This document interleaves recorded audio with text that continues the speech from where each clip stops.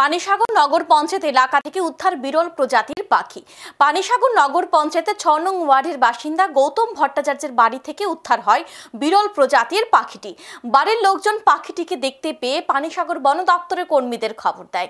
বিরল প্রজাতির পাখি উদ্ধারের খবর পেয়ে অ্যানিম্যাল এইড অ্যালায়েন্স নামক সামাজিক সংস্থার কর্মীরা গৌতম ভট্টাচার্যের বাড়িতে ছুটে যান। সংস্থার সদস্য সন্দীপ মালাকার এই বিষয়ে কি বলেছেন শুনবো একবার।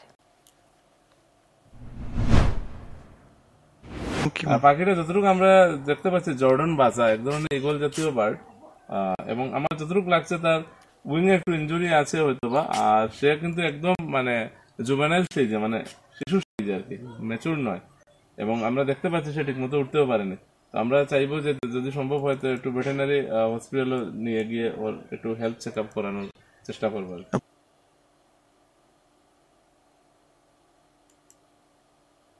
এখন সময় বিরতির সঙ্গে থাকুন।